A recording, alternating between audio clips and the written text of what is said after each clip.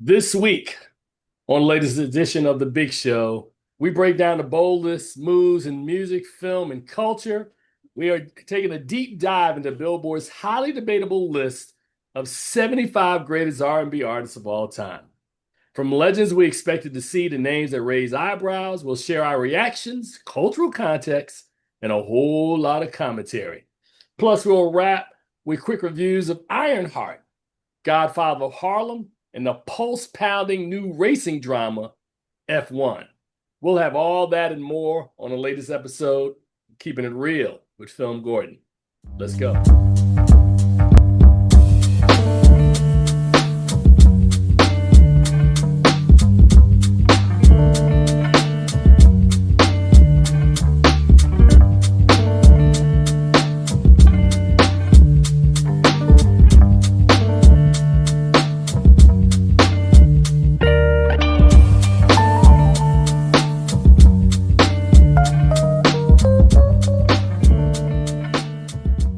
All right, and welcome to the latest episode of Keeping It Real with Film Gordon. I am Tim Gordon, and I am joined by Charles Kirkland Jr. Charles, what's going on, brother?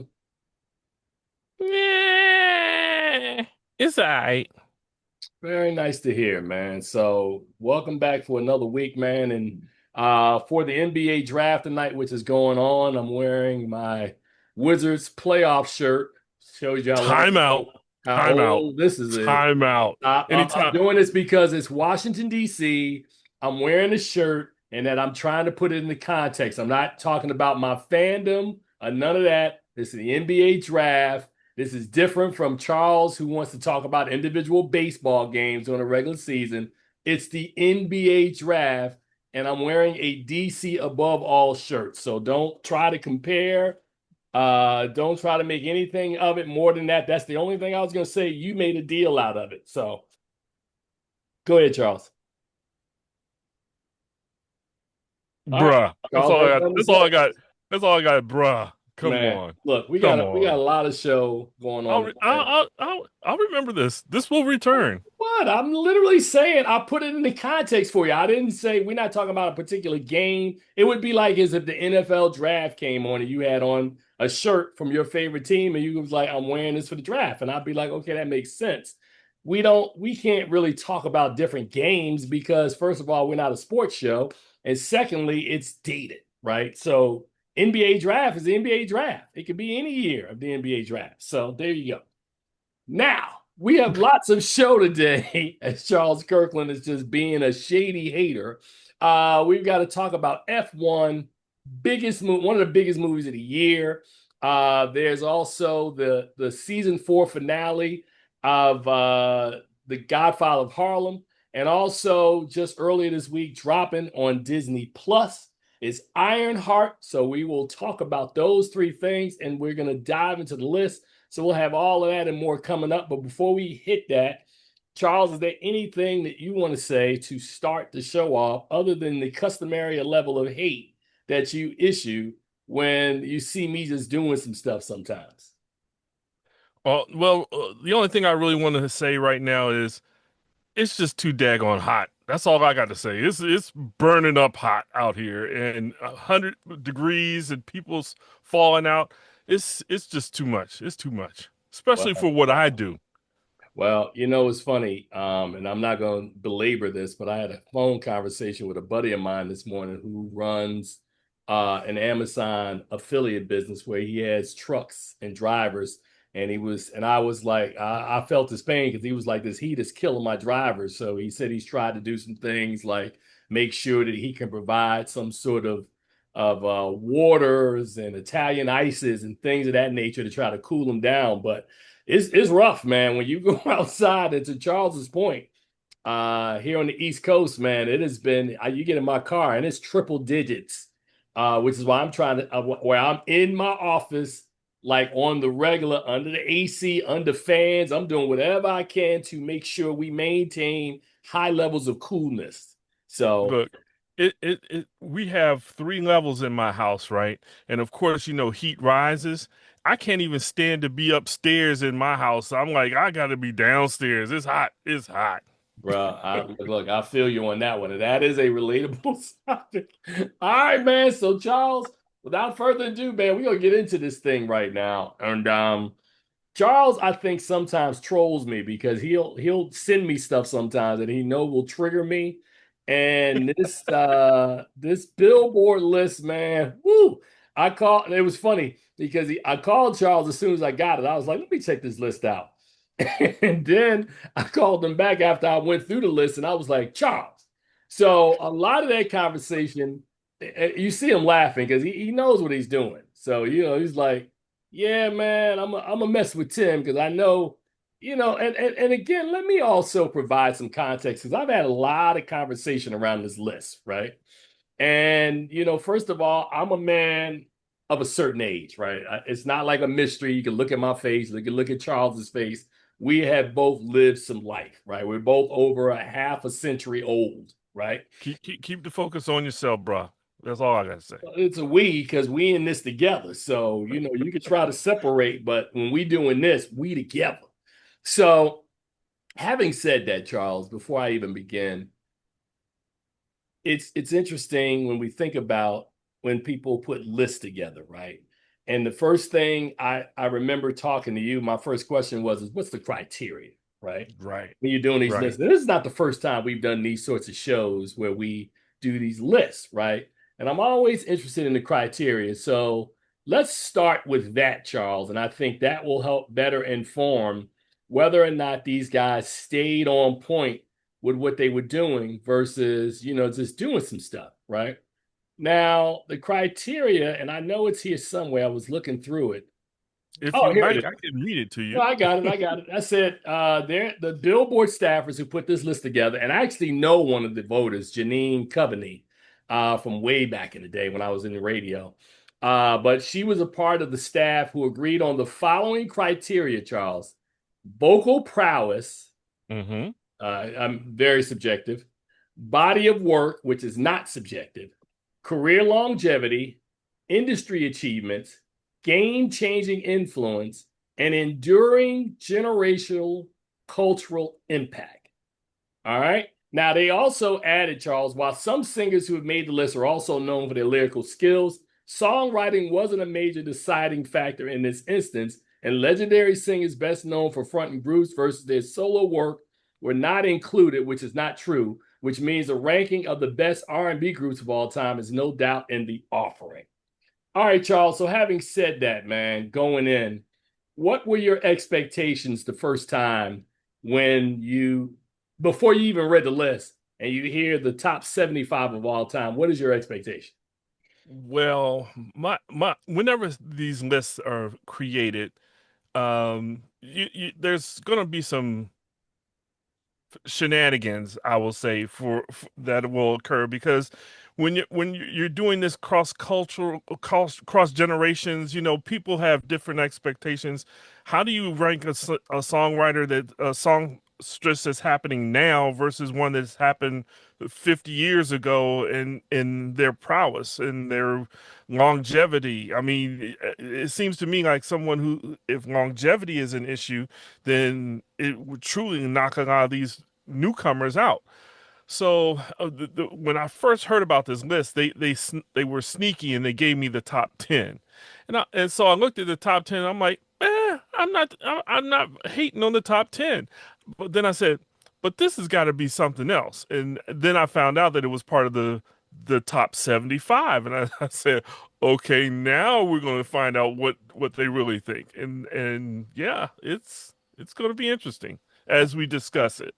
So let's get into this right now, man. In the first 75, we're gonna go through the top. We're gonna go like 25 at a time, each segment, right? So in this segment, I want to hit between 51 and 75. And I will start off by saying that Ruth Brown is number 75. Now, I will tell you, Charles, Ruth Brown is somebody who, was at Atlantic Records before Ray Charles and Aretha Franklin came in. Of course, it was the house that Ruth built.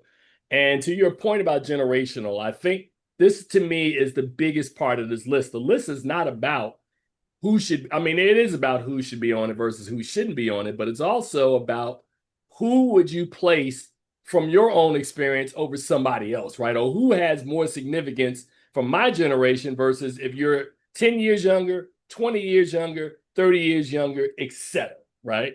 And I think this is where a lot of this happens, but I don't want to come across, Charles, as the get off my lawn, I'm the old expert dude. And we should have brought in John Avery in order to help us do this. But John Avery, of course, is in our age range. So his we probably need to have found somebody who was probably about 30 years younger who could have given us a better perspective on artists that are much younger.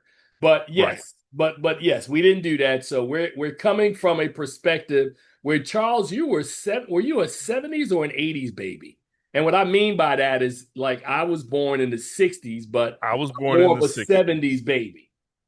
I was born in the late 60s, so, So you're about a 70s baby. So okay, so I'm a 70s kid. Yeah. 70s kid. So I was not really conscious enough to know stuff that was going on in that period. So that's why I call myself a 70s baby. But Ruth Brown is somebody that I knew. I don't know a whole lot about Ruth Brown's career, but I know who she is. Summer Walker at number 74. I read this to somebody, and somebody went, Summer shouldn't be on this list because Summer is so new that she doesn't have the longevity piece. But I'm gonna let that go.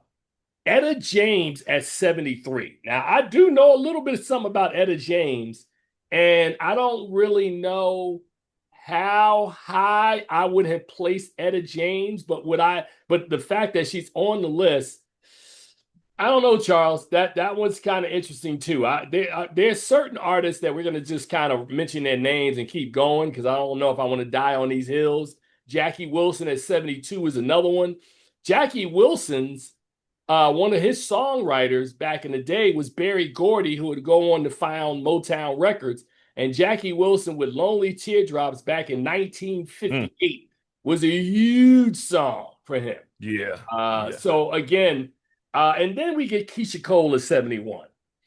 And this is when I start, getting in my feelings that, we done got Etta James and Jackie Wilson getting surpassed by Keisha Cole. And this is going to be a theme, Charles, throughout this whole piece. And then at 70 is her. So, Charles, from 70 to 75, man, anything you want to talk about? Anything that's egregious, or do we want to keep moving since we got so many people to hit? Egregious. I'm not sure because I was surprised to see Ruth Brown making the list, even though she totally deserves to be. I just didn't think that people would have the knowledge of her or her or her discography to put her on the list. But then when you mention her in the same area as Summer Walker and Keisha Cole and her, I'm kind of like, how longevity was must not have been that much of a factor because I think what Summer Walker debuted in 2018, so that's what 6 years. I'm not sure. I'm not saying she's a bad artist. I think she's very talented, but I'm not sure how she got to be ahead of Ruth Brown. I don't know. I got you, man. I got you. All right, so let's get on down to our 60s right now, Charles, and look at these selections. Coming in at number 69 is Bobby Womack, somebody who we are very familiar with, had some hits, had a bunch of hits, including a great soundtrack on across 110th Street back in the early 70s. Phyllis Hyman at 68, Tank at 67, along with Keith Sweat at 66. Lady T, Tina Marie, is at number 65. Lettucey is at 64 with Music Soul Child at 63. Anthony Anderson at 62. Hamilton, Anthony, Anthony what did I Hamilton. call him? You, you said Anthony Anderson. I'm sorry. Not Anthony Anderson's on Blackish. Anthony Hamilton is the I was singer. like, when did he drop an album? And Ashanti at 61 with Neo at 60. All right. Two things I I can mean, say about this. We are talking about the 60s. Tina Marie, who I don't know, man. Tina Marie, wow. Charles, that one is interesting to me because Tina Marie had hits. She had a lot of hits. And I think she might be too low on this list if it's me. And the fact that they have her along with people like Keith Sweat and Tank. Phyllis Hyman had some hits as well, but I don't think she had more than Tina Marie. Phyllis Hyman was absolutely amazing. And Lettucey is absolutely amazing. And Anthony Hamilton and Ashanti, Neo. Again, the is not saying they're not good artists. I'm just saying that when you start putting them up against some of these all-time greats, that's when I'm like, I don't know. I think Tina Marie was I think for me, the first blue-eyed soul person I ever heard in my life. And for the longest time, I didn't know that she was white until, I mean, but very talented. Again, I'm not sure. I'm not sure if she should move up the list because she did only, I mean, she had a few hits. I don't think she had as many as you might have. Now she's very black famous, and a lot of her music is famous to our culture. But in as a crossover, I don't know. But it is R&B artist, so I don't know. I don't know. Wait, stop. You said you don't think Tina Marie had a lot of hits.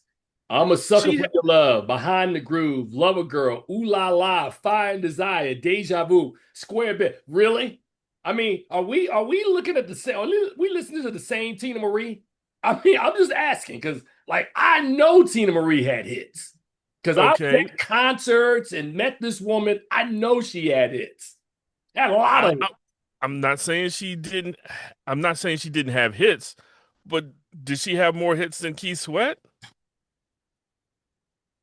I don't, again, I, I just saw Jim Jones go into this with Nas about check my billboards.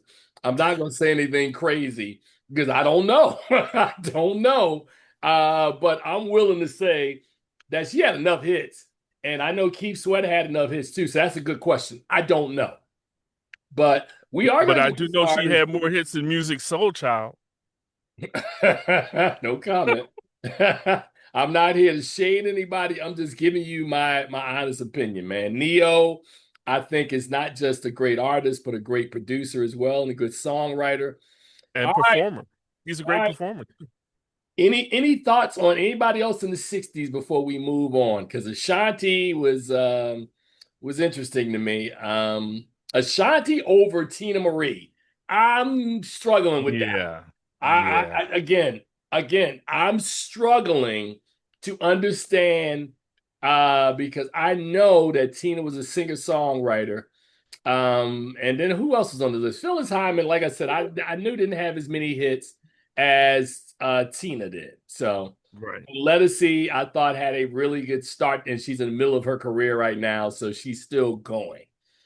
All right, Charles, down to the 50s is Fantasia at 59. Peebo Bryson, Mr. Field of Fire, is at number 58. Hmm. Tevin Campbell at 57. This one is interesting. We're gonna stick a pin in the Tevin Campbell because we'll come back to that. Joe at number 56. Natalie Cole at number 55. Jasmine Sullivan at 54. Jill Scott, 53. Stephanie Mills at 52. And the super freak himself, Rick James, at number 51. And I'm going to stop right there. So, first of all, Charles, help me, really help me with this one because you know where I'm going. I'm going back up to Tevin Campbell. Now, I know Tevin Campbell has some songs, right? He did Can We Talk and some other stuff. How in God's name do you put Tevin Campbell over Tina Marie? How does that even work? Like, and what metric would you use to say I think Tevin Campbell's career longevity, body of work, cultural impact, all the things we read at the top. Look at Charles's face. I'm waiting, Charles. Give me something. All I can think of is that Tevin Campbell voiced Powerline in a Goofy movie, and that was a and it just celebrated its 30th anniversary, I think. A lot of people love that character. I see people walking around with Powerline t-shirts on even today. So this is the kind of thing where I'm talking he crossed over better than Tina Marie did. And so maybe that's where it happened. I don't know. Okay, and then another one, and trust me, Peabo Bryson's amazing, right? I Yeah. remember listening to people. People ain't have enough hits. I mean, now if you want to count the Disney stuff that he's doing, because maybe the younger voters are seeing Beauty and the Beast and the Beauty Lab, and the Beast. listening to a whole new world, and you know, wow, bro, I'm speechless, man. 'Cause like I said, um, I feel like I know I'm a film critic and I'm a film guy through and through, but I know music. I mean, and I'm not saying I know music like I can play music or I'm a music critic, but like, come on, man. These songs are the soundtrack of our lives, Charles. That's why when you think about certain artists, I know which artists impacted folks because we are of a certain age when we were there. Peabo Bryson had a nice run. He really did as an R&B guy before he started doing these poppy soundtracks, but Peabo Bryson is way too high on this list, and Tina Marie is way too low. If this is your metric you're using, right? I'm saying again, it's the same thing. It's a cross cultural, cross generational influence of Peabo Bryson. I mean, tonight I celebrate my love played at everybody's wedding. I And when mean, that song came out in 1984, I was in LA, and I went to see him and Roberta Flack at the Greek Theater when he performed it. So I know that's why I said, man, I'm coming with a perspective that I think is a little different from the folks who helped put this list together, right? I can't speak on Jasmine Sullivan. Jill Scott, I have no issue with. Jill Scott is amazing, right? Love amazing. some Jill Scott. Stephanie Mills, amazing. Love Stephanie Mills. I don't have an issue with her. Rick James at 51 just feels low to me It because Rick James does. did a lot. It really. Rick James did a lot. And it's funny because everybody wants to, parody Rick James and after Dave Chappelle with F your couch and all this stuff. I'm Rick James. But Rick James did street songs. Street Yeah. songs was epically huge in 1981, right? So I'm just telling you, busting out L7, all those ballads. Rick was one of the first artists that I remember as a solo artist because Prince came up and was opening for Rick James. A lot of people don't know, Yeah. but Yeah. Rick James was one of the few artists who I thought was as adept at doing up-tempo party songs and then turning around and doing ballads that were just Mhm. amazing, like Ebony Yeah. Eyes, Fire and Desire, Happy. Rick James was a force of nature for the period that he was in the game at his peak. Standing Right. on the top. Rick was doing some stuff. And in addition to that, mentoring and helping Tina Marie out. A lot of people, we just talked about Tina, the song Deja Vu, Rick James wrote that. Yeah. like when you think about that song, Rick James wrote Deja Vu. I've been here before. That's Rick James. So, Charles, any comments on the folks in our 50s before we move on with the list? Anybody, like I said, I've given you my opinion on who I think it's just way too high, or like Peebo and some other folks. But go ahead. I mean, Rick James again. You mentioned Prince, but he almost kicked Prince's behind for stealing most of his style. I could say when Prince was getting started, he got people like Eddie Murphy made an album produced by Rick Party all James. the time. Party all the time. Okay, so yeah, I have a feeling about Rick James, and yeah, I think he's kind of low. I think he's kind of low for this list. All right, man. Let's keep it moving, man. John Legend clocks in at number 50. Love John Legend, three-time Black Reel Award, original song winner. Bobby Brown didn't have a super long solo career, but man, when he left New Edition, made that mistake. Barber made the mistake, and he created the Gumby hairstyle and was working with Babyface and Teddy. I mean, Teddy Baby LA and Babyface and Jimmy Jam and Terry Lewis, Bobby Brown tore it up in the late 80s, man, going into the early 90s. And then his work with New Edition as well. So Bobby Brown, I don't have an issue with him. Now, Lauryn Hill at number 48. And this one is an interesting one because Lauryn Hill is somebody who came from where I came from. She's a Jersey girl. I'm watch this. Charles, Lauryn Hill won 5 Grammys with the Miseducation of Lauryn Hill.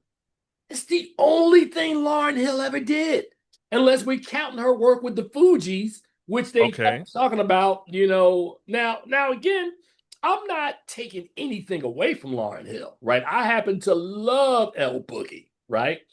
Number 48 on the list. I don't And know, this man. and this is That's an supposed to be interesting. a list of the This is best an R&B list. R&B singers, and most people count Miseducation as a rap album. So I'm It like, how do is a I don't? hip hop album. I'm like, So, I don't know. okay. No, So the Weeknd's at 47, Rihanna's at 46. D'Angelo's at 45, SZA is at 44, who's still in the midst of her career. Dionne Warwick clocks in at 43.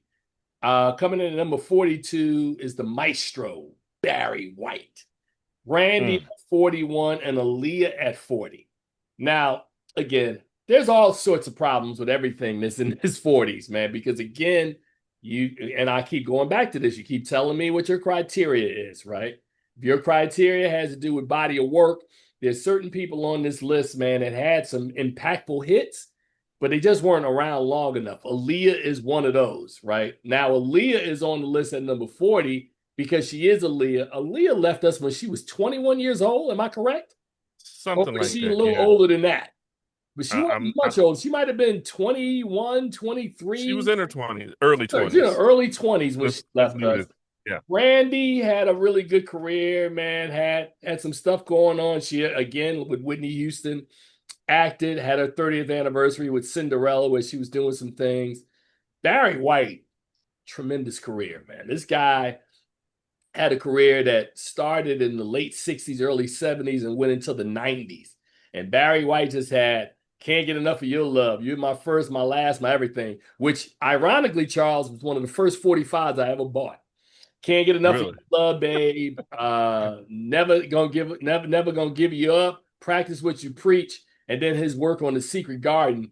Barry White, man, at 42. Oof. And Dionne Warwick, let's not sleep on her. Her work with Burt Bacharach and Hal Davis, man. She was a crossover king in the late 60s, all the way up to what Friends Are For. That's what Friends Are For. I don't know, Charles. Scissors in the Now, middle. Dionne Warwick was a great crossover, but she wasn't cross generational. I don't think she's gone. I mean, she's known to this generation now for like her TikTok stuff that she's done, but not for her music. So I'm like, she hasn't had a hit since the '80s, and so I mean, it's hard for you to say that she can be higher up the list if no one knows her. Okay, look, point well taken, man. So anything else on the in the 40s? I'm not sure about the weekend. Rihanna, I give Rihanna her props because I think part of the reason why Rihanna to me feels low on this list is that Rihanna hasn't put an album out, I think what in like 9 years. But when Rihanna was putting out work, she's something special.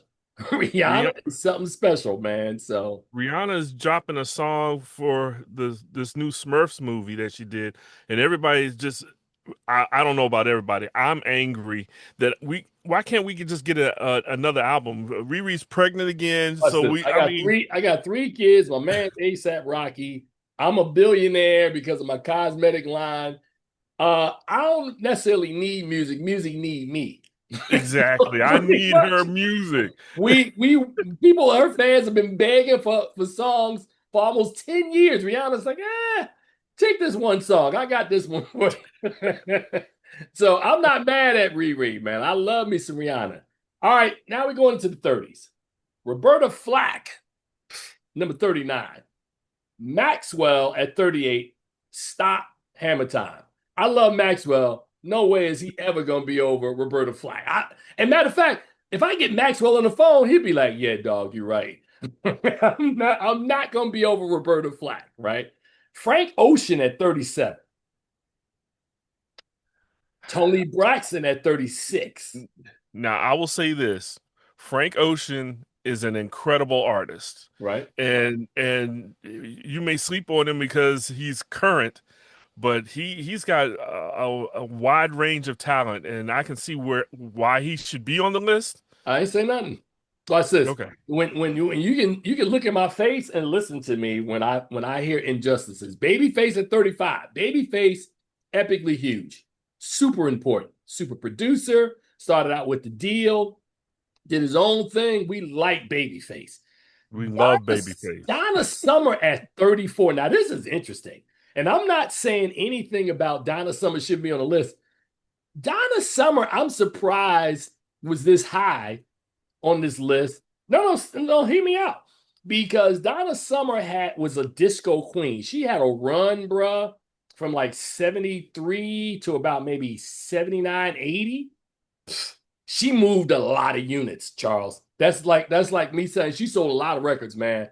I Feel Love, Enough Is Enough, Bad Girl. Man, Donna Summer was huge. Did you ever see a movie called Thank God It's Friday where Donna Oh Summer yeah, actually yeah, in the movie and was yeah. performing on Last Chance? And so I'm surprised that this generation remembered Donna Summer enough to put her on the list. There's no shade.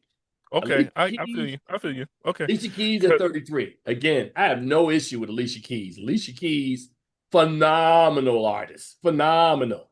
Lionel Richie at 32. Okay, I'll just say this, Charles.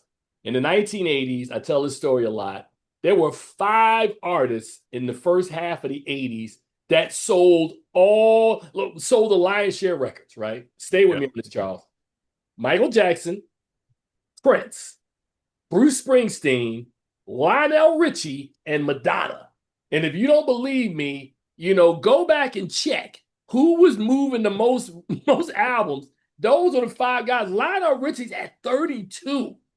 Lionel Richie should be higher. I just think that, Okay. Okay. I mean, his I work with the Commodores is so, I mean, come on, man. Really? 32?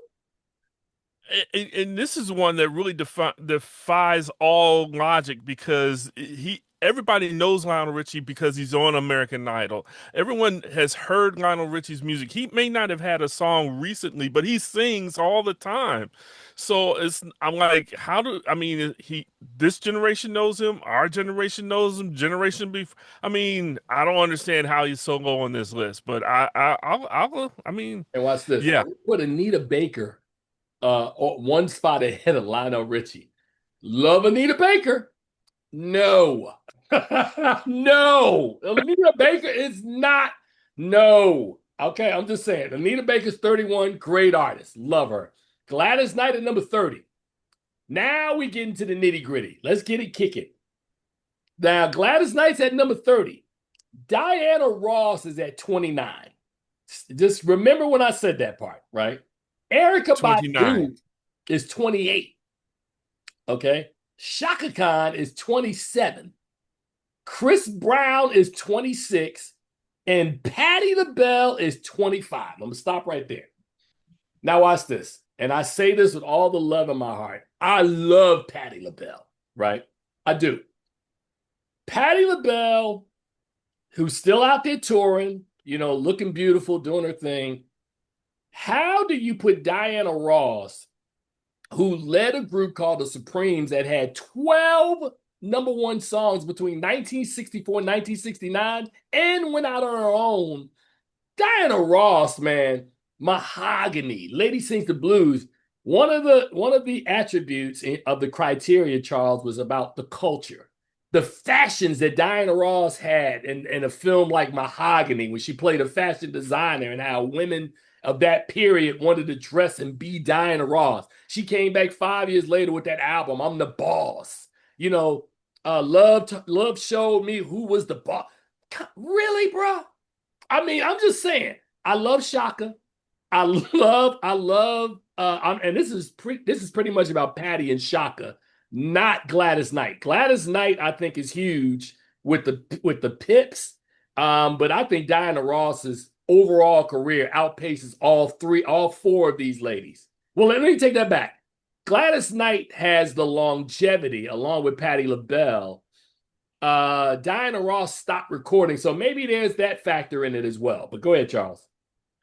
I totally agree with you on Diana Ross because not only did she influence, I mean, make hits, she influenced hit makers. I mean, Michael Jackson, we've talked about, Beyonce and Taylor Swift, both they emulate her as she. Now, I don't understand how she can be this far down this list, or I don't know, behind some of the people that have been listed. I love Erica Badu. But nah, that's a but don't right there. There's no way that she's higher on the list than Diana Ross. It doesn't make sense. It doesn't make sense to me. All right, let's take it down. Now we're gonna have a run on male vocalists, and we'll start with Bill Withers at 24, Teddy Pendergrass at 23, Luther Vandross at 22, Donny Hathaway. Bro, that's like murderer's row. Like if this was a baseball game, like Wow. you'd be sending up like 4 or 5 Aaron Judges in a row. That's who these artists are. All these dudes are like, Uh, but Donny Hathaway is legendary. You hear me? yeah. I Yeah. mean, Luther Vandross, I don't even need to say it, right? Teddy. Now for people who are not old enough to remember Teddy Pendergrass, bro, Teddy started off singing at the lead for Harold Melvin, the Blue Notes. People thought he was Harold Melvin because, Yeah. at the beginning, I miss you, the love I lost. And then this period in the late 70s when Teddy was doing women's only concerts and they was throwing like Eddie Murphy said, throw your panties on the stage. Teddy Literally. Pendergrass was that dude. So, I have no issues with any of these guys, but let's keep it moving. Otis Redding at 20. Now, Otis Redding died at 26 years old. The only issue I would have with Otis Redding is I think he belongs on this list, but I would place some of these guys that are behind him in front of him. He is influential. Aretha Franklin took his song "Respect" and kind of repurposed it and made it like iconic in her own right. But Otis Redding, had he lived, Charles, he moves up on this list. He really does because of the impact that Otis Redding had. And then number 19, perhaps the greatest songwriter in pop music history, is Smokey Robinson. The dude wrote over 5,000 songs, man. Charles, I tell a story all the time. It's not about songwriting. Well, yeah, whatever, man. It's about hit making. Because I remember we interviewed Smokey Robinson when I was up at Howard University Radio. And we brought him in for 90 minutes. And Smokey had so many hits. And we would be playing songs of Smokey. And he would sit there and go, I'm like, dude, that's your song. You wrote that. And he go, oh, yeah, I forgot about that one. Smokey Robinson. Oh, and here's a close on Smokey, right? So in 1971, no, I'm sorry. Let me go back even further than that. 1969, Isaac Hayes does Hot Buttered Soul, right? Which Yeah. four tracks on a whole album that changed the game. By the time I get to Phoenix, Walk On By, all of these songs, right? 2 years later, Marvin Gaye comes out with kind of the what is called arguably the greatest R&B album of all time. What's Going On, right? A whole start to finish song from a perspective of a Vietnam vet, right? Two Right. years later, Stevie Wonder. No, I'm sorry, I jumped the gun. 4 years after that, Smokey Robinson takes what is inspired by Marvin, and he does a suite of love songs called "The Quiet Storm" that became so popular. They're like 400 shows now, or 400 stations that have Quiet Storm programming, led by Howard University Radio, which was the first one to put it on the air back in 1975, right? And then Stevie Wonder, of course, sees Marvin and Smokey, and he does Songs of the Key of Life, which is the same sort of a template. So when we talk about people like Smokey, Smokey is in that tier of like the greatest of the great. And he's a top 20 artist. I don't know if I would agree with him being number 19, but that's where he is, right? Al Green at 18. Hit me in the soul with Al Green, bro. You know, Now, The Janet Jackson, Reverend Al. Reverend Al, look, Janet Jackson at 17. I don't even really have a problem with that because Janet Jackson's career wasn't her brother, but it's epic. Janet Jackson had an She's an epic career, bro. she's an icon. She's an Watch this. icon. Control, Rhythm Nation. Whew. Janet Jackson. Now, here's what we're going to fight right here. Number 16, Mary J. Blige. Now, I think Mary J. Blige is a great, a great artist. Is she greater than Smokey, Teddy, Donnie? Now, her career longevity is longer because Mary J. is 30 years and still counting in the game, right? Mary has hits. This one is a debatable feature. I don't know if Tim Gordon, would have put Mary J. Blige that high. It looks like Charles would not have either. Charles, talk about it, man. Let's go. There is no. I'm sorry. No, I mean, think of her body of work. Think of her work. It may be because I'm just a big stan, but there's no way Mary J. Blige is bigger than Janet Jackson. It doesn't work for me. It doesn't work for me at all. I would I would agree with that. I mean, if you're gonna put Janet at 17, Mary can't be 16. That's all I'm saying. I don't see that one. But again, like I said, I'm willing to be open that there might be some Mary fans that come, no, y'all tripping. I'm like, really? Are we? Are we though? All right, number 15, Black Moses, Isaac Hayes. I just literally told you how important Isaac Hayes was. And if you don't know anything else about Isaac Hayes other than Hot Butter Soul in 69, just think about Shaft. That he was the first Black artist to win an Academy Award for Best Original Song. He wrote Shaft in 20 minutes. 20 minutes. All right.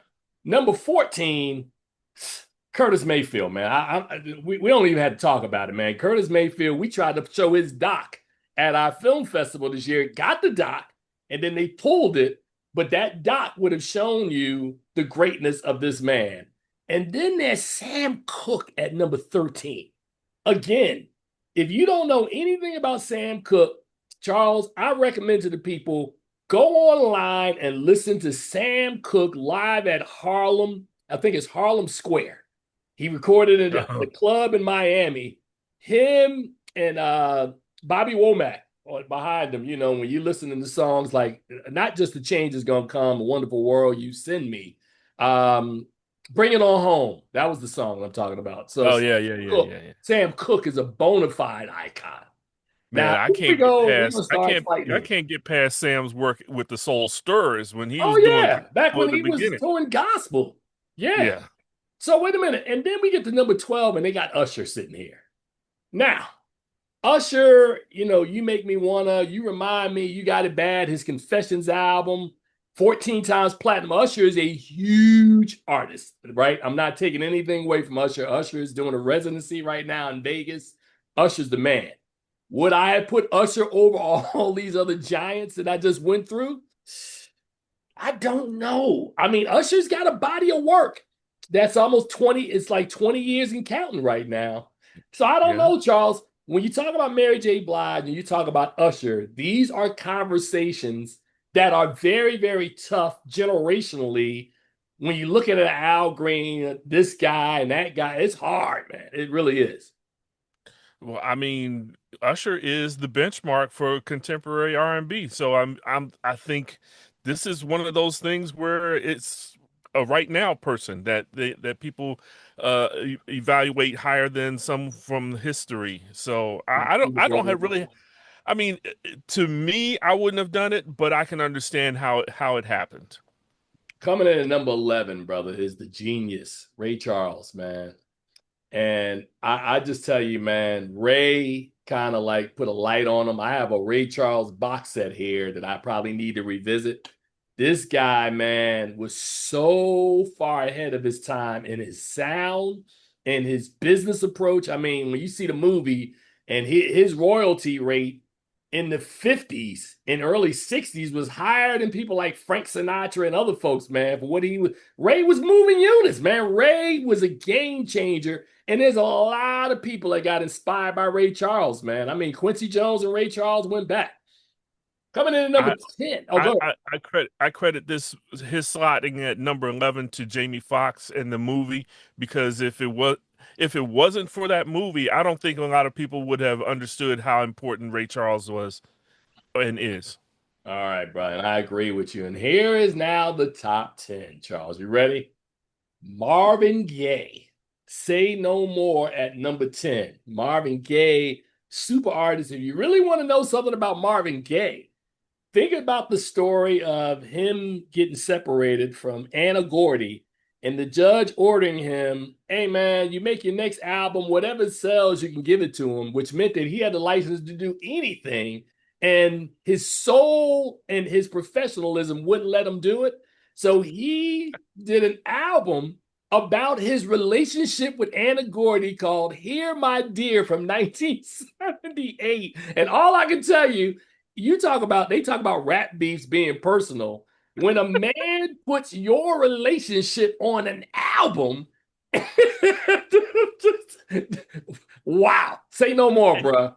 And a fantastic album. It wasn't like it was just a Well, throwaway. it wasn't well received initially because people didn't get it. It wasn't until years later when people processed it and went, damn. Yeah. Wow. Here, my dear. This is what you want. Here it is, my dear. All right. Coming in at number 9, and boy, this is gonna be this was a hard one. It's R. Kelly. Now, yes, we know that R. Kelly is now, persona non grata. But before R. Kelly became that, man, he had y'all stepping in the name of love, believing Got y'all that could right. fly. Y'all was bumping and grinding. I'm just keeping it Look, real, man. I didn't look, look. We didn't put him on the list. Billboard put him on the list, so I could look. bring that up. I don't care what you say. There's still people out there bumping and grinding, stepping in the name of love, who believe they can fly. All that is still happening. I don't care. R. Kelly is the one person who's Oh, defied the whatever about him being a bad person. We still listening to R. Kelly. So yeah. all right, so there's some justice here because coming in at number 8 is Mariah Carey, and I'm just gonna get to this because stick a pin in Mariah Carey at 8. Now here is where we gonna really fight, right? There is no universe that Prince Rogers Nelson should be 7th on a list like this, right? Prince has the longevity. Prince has the cultural part down. He's got the hit song. Like whatever metric you using, there's not 6 people on the planet better than Prince. Right now, there might be 4, maybe 2 or 3, not 6, Charles. Prince, and I'll just say this because I was highly agitated when I got to this. Prince, they talk about this thing, Charles, you've heard of it called the Minneapolis Sound, right? The Minneapolis Yeah. Sound was all Yep. these artists that came out in the late 70s, early 80s. We learned who Prince was in Vanity 6, which later was it Apollonia 6 that later became I don't know which order. Oh, It was Vanity it 6, was Vanity who Six later first. Yeah. became Apollonia 6, right? We got Maserati. We introduced the musicians like Dez Dickerson and Andre Simone and Lisa and Wendy and Dr. Fink. And all these different artists, Jesse Johnson. We get introduced to Morris Day and Jerome and the Time. All these artists. I mean, it wasn't the Mary Jane Girls. What was the? I mean, no, that Mary Jane Girls is Rick James, right? So all these artists that I just named and all these sounds I just named, you know what all of it is in common? Sheila E. Prince. Prince. Prince literally, we find out after the fact, because I didn't know this when it was happening. Prince wrote all his stuff and produced it from his age of 17. He literally wrote the first 3 Time albums, had Morris Day in there playing with him, and then went, go ahead and recreate what I gave you. There's an album called Prince Originals that was released like 2019, where you get all the demos of all these songs that are done by other artists that Prince literally, all they did was take Prince's vocals out, drop theirs in. This man, if Michael Jackson is here, Prince is here. There is no, I'm just telling you, as a guy that's not a big Michael Jackson fan, Michael Jackson, Prince. The watch this. They both did different stuff. The significance is identical, right? Michael Jackson might have sold more records, but guess what? He didn't play 25 instruments. Michael Jackson might have been the largest global icon on the planet. Prince wasn't far behind. There's not too many people that don't know who Prince is, right? So the fact that Prince is at seven, Again, go ahead, man. again, it's not about songwriting. So, I mean, I Sir, don't know. what is it about? Watch this. What is it about, Charles? You read the criteria at the No, no, but I'm beginning, and it saying, sounds, does Prince hit that but metric? I'm gonna say this. If it wasn't for Prince, we wouldn't have Janet Jackson. We would because Jimmy Jam and Terry Lewis came out of the time which he started, which he taught them guys how to the Minneapolis sound, and they recreated it. Right. So uh, I want to say that if you want to put Michael Jackson on the same level as Prince, I would have to say Prince is much more Well, influential no, no, no. I was just than saying, Michael Jackson. I was just being politically correct. If you want to put Michael Jackson here, you got to put Prince here. You Yeah. one, I would never. Well, again, that you heard my original rant, so I'm gonna move on because we're running out of time, and we're gonna have to go and do these movies on overtime. James Brown is at number six. I don't need to say anything about James Brown. Live at the Apollo. If you don't know who James Brown is, just listen to that. And Is James Brown Prince has is Prince higher than James Brown? probably not to me because James Brown influenced Prince. A lot of what Okay. Prince learned, or the stage presence he got from James Brown. The James Brown stage presence is just phenomenal. Just go Yeah. on and Google if you know. For people always tell me, "Well, that happened before my time." There's instruments now where you can watch stuff that happened before your time. Whitney Houston's at number five, and I bring that up because there's the same thing with Michael and Prince. There's Whitney and Mariah, right? And you see that Whitney is higher than Mariah, but the folks who did this list thought that Michael was superior to Prince, which is why Prince is seven, and we're getting to Michael in a second. Beyonce at number four. This one was interesting. Now, Beyonce is in the middle of a iconic career. When she's all said and done, Beyonce is looked at as one of the greats. So I can't even really get mad with this, other than the fact that I think Prince is just too low on this top 10 list. I think if you wanted to do anything, Prince needs to be in the top five. He's a top five to me all-time artist, right? So Beyonce at number four, of course, and number three is MJ. Michael Jackson, we don't have to say anything about Michael Jackson. Michael Jackson's body speaks for itself. Coming in at number two, man, is Aretha Franklin. And what can I say? For Charles, I will give you this. Her Amazing Grace documentary, that was to me Aretha Franklin at her peak. She never sounded as good before that. And to me, she never sounded as good or performed better than that after. That is a snapshot in time where you can see an icon and why her music you didn't listen to Aretha Franklin's music, you felt Aretha Franklin's music, man. And especially when she sung secular music. I mean, when she sung gospel music, it hit you in the heartstrings, man. I mean, it hit you in the soul, brother. And finally, number one is my number one artist, which is, you get no argument from me. Stevie Wonder is just simply phenomenal. This dude has been performing since he's 11 years old. So Stevie Wonder's been performing for 60 years, and he had a run with 5 classic albums that he put out inside of a 10-year stretch. The only other group that I think that had that quality in that amount of time, and it was 2 of them dudes writing songs, was John Lennon and Paul McCartney with the Beatles. I mean, so I'm just going to leave that right there. And you talk about how great Stevie is.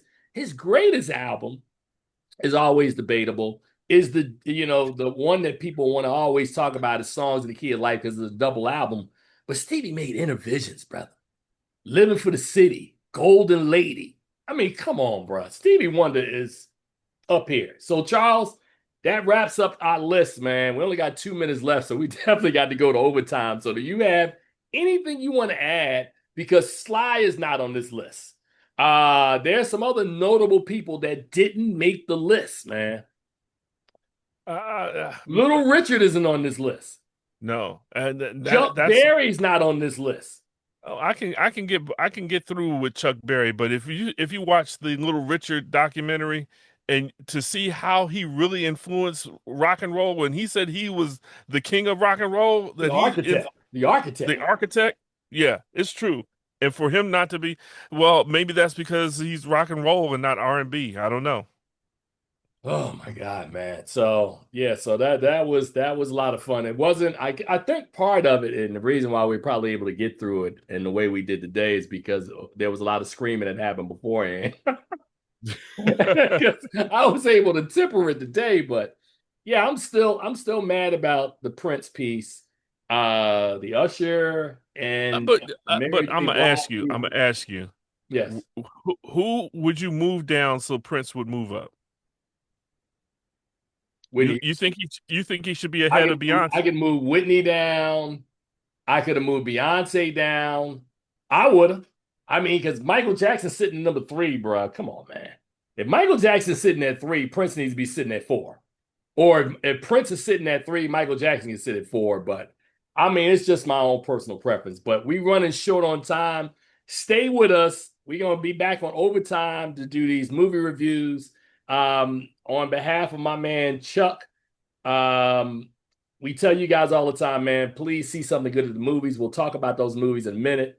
If you want more clarity on this list, go and Google Billboard 75 top artists of all time, and you can check out that list. You guys keep it where you got it. Enjoy your weekend, and we will see you soon. Peace. You guys take care.